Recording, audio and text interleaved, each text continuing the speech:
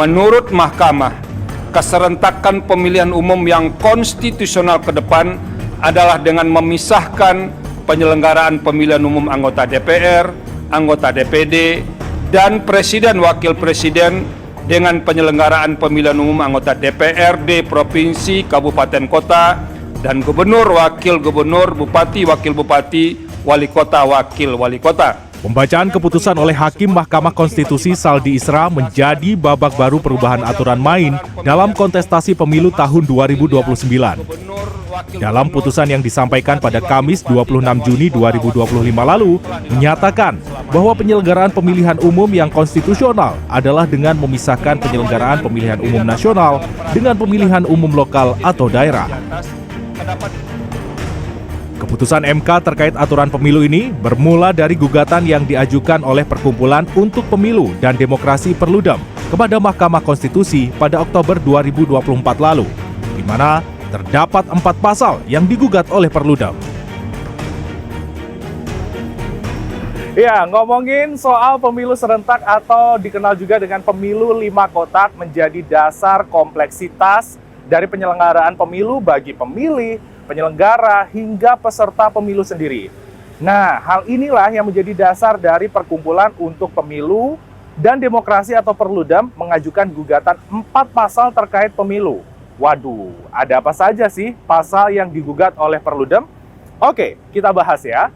Yang pertama, ada pasal 1 ayat 1 Undang-Undang Pemilu. Pasal ini menjelaskan tentang definisi atau ruang lingkup Undang-Undang Pemilu. Lalu, yang kedua ada pasal 167 ayat 3 Undang-Undang Pemilu. Pasal ini terkait dengan ketentuan tentang pelaksanaan kampanye pemilu ataupun juga pengawasan pemilu itu. Yang ketiga, ada pasal 347 ayat 1 Undang-Undang Pemilu. Pasal ini terkait dengan sanksi ataupun juga hukuman bagi pelanggaran pemilu. Dan yang keempat, pasal ini adalah pasal 3 ayat 1 Undang-Undang Nomor 8 Tahun 2015 atau Undang-Undang Pilkada. Dan ini menjelaskan tentang prinsip-prinsip dasar pelaksanaan pilkada seperti prinsip langsung, umum, bebas, rahasia, jujur, dan juga adil.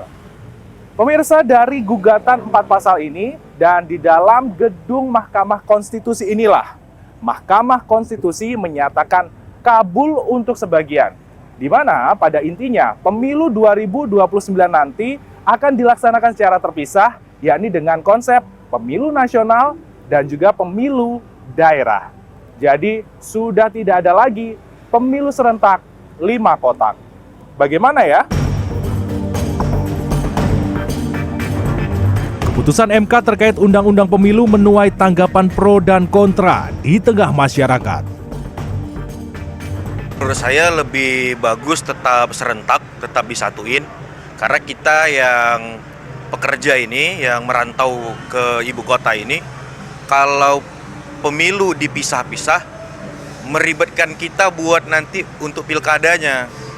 Jadi kalau memang pemilu disatuin, tetap disatuin. Jadi ketika kita mudik juga untuk pilkada ya bisa sekaligus pilkada, bisa sekaligus pilpres ya. Itu yang dipisah kayak gitu.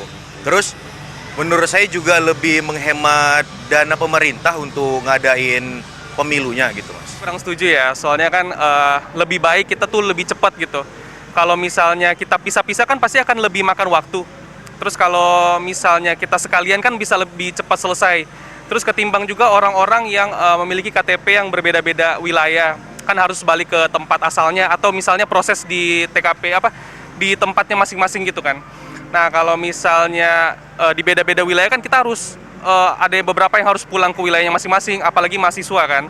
Mahasiswa juga harus pulang ke daerahnya masing-masing buat melakukan pemilu. Nah, lebih baik itu langsung sekalian aja jadi satu, biar kita tuh sebagai mahasiswa atau pekerja-pekerja juga bisa langsung sekalian selesai gitu pemilunya. Untuk dilakukan tidak serentak ya.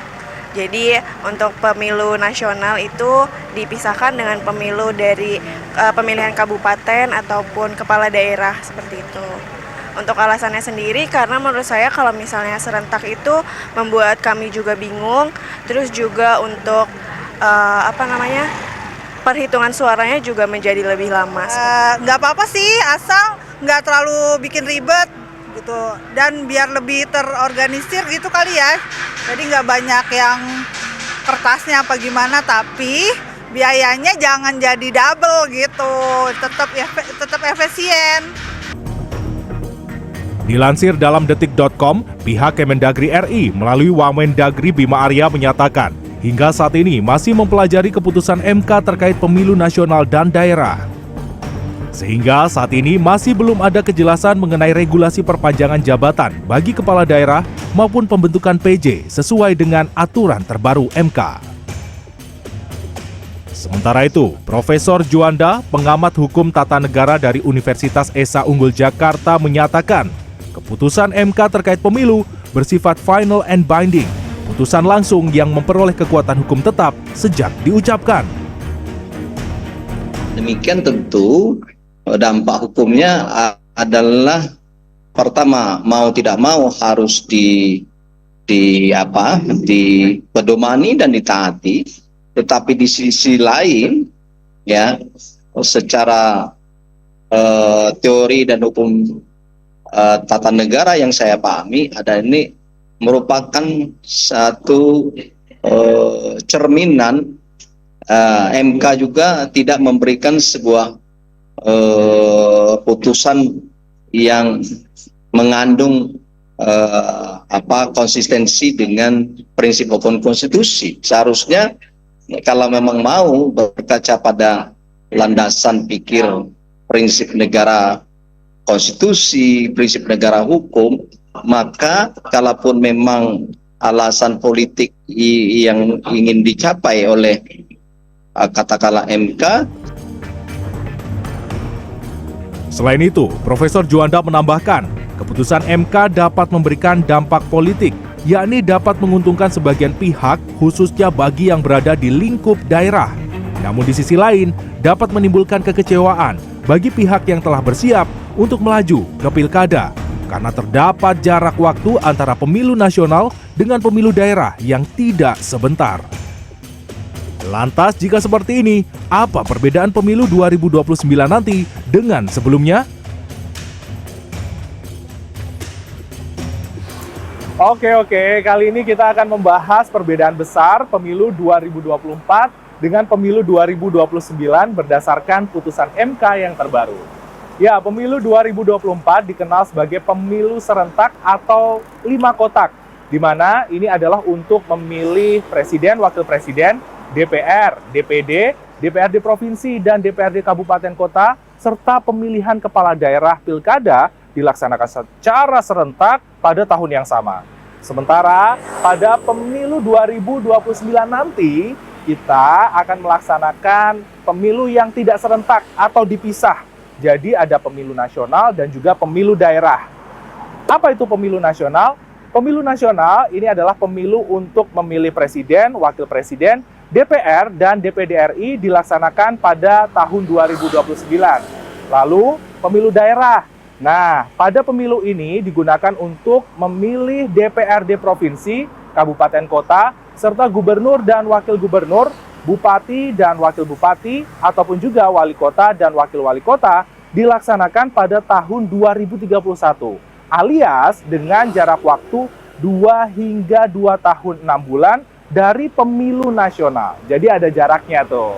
Nah, pemisahan pemilu nasional dan pemilu daerah yang tidak lagi diselenggarakan secara serentak, MK berpendapat bahwa pemisahan ini dapat membawa manfaat positif. Yang pertama adalah mengurangi beban anggaran penyelenggaraan pemilu. Jadi katanya lebih murah. Selanjutnya, memudahkan tahapan pemilu. Dan yang terakhir adalah mengurangi kejenuhan politik, baik dari parpol ataupun juga dari pemilih. Dengan pemisahan ini tentunya kita berharap penyelenggaraan pemilu dapat berjalan lancar, hemat, dan juga efisien. Freddy Cahya, Evan Askam, Jakarta.